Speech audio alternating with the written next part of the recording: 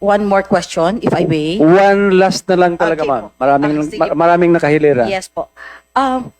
In my previous GAA, the total project for the district is around 1.7 billion. Ngayon po, in the 2027, less than more or less 500 million.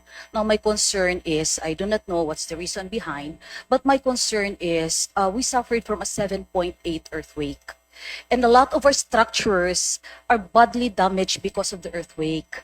And I think the DPWH has an inventory, the district office has an inventory of projects that needs to be rehabilitated. Because my concern is, after po ng earthquake, ang dami pang aftershocks na nangyayari. If hindi po ito ma-retrofit agad, ang mangyayari po dito, probably yung mga yellow tag ng mga building, eventually mare-red tag. At saka yung mga nare-red tag na, baka by the time na sirang-sira na po talaga. So, I hope that the 200 million plus, no, that's being recommended, no, for from the district office based on the inventory, more or less, kasi hindi pa po kasali yung aming airport and the rest of the amenities, no. I hope We that will be po, ma'am. considered. As you know, That will be the last, ma'am. after and then, the yeah. after the earthquake po, we were together with the president, and I think I visited Jensen at least 3 times after the earthquake.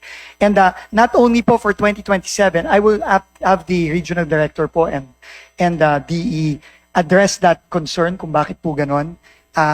But I can commit to you, ma'am, as we committed, the president committed to you po when we were there, na in fact yung pong mga nasira at yung mga na yellow tag at na red tag na kailangan ng palitan, gago na yung mga school buildings natin at yung mga ibang mga health facilities, this year pa lang po.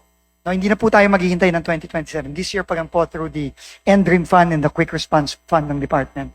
Papagawa na po natin.